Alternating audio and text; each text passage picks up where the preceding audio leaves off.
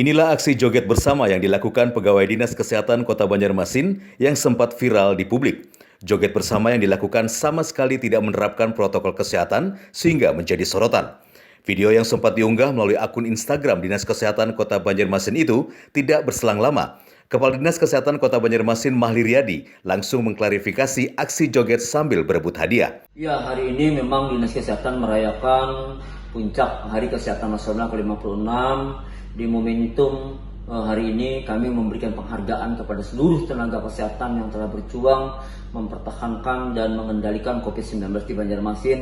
Mereka telah bekerja sejak bulan Februari dan mereka tidak pernah istirahat dan terus bekerja hingga Banjarmasin ini kurvanya sudah menurun. Nah, secara spontanitas tadi memang ada satu buah lagu dan mereka mengekspresikan kegembiraan di Hari Kesehatan Nasional ini, lalu mereka berjoget tetapi tetap menggunakan masker. Saya minta maaf atas peristiwa ini, barangkali dinilai tidak patut ya, karena itu adalah spontanitas kegembiraan mereka. Diakuinya kegiatan tersebut hanyalah spontanitas ketika mengekspresikan kebahagiaan di tengah perayaan puncak Hari Kesehatan Nasional.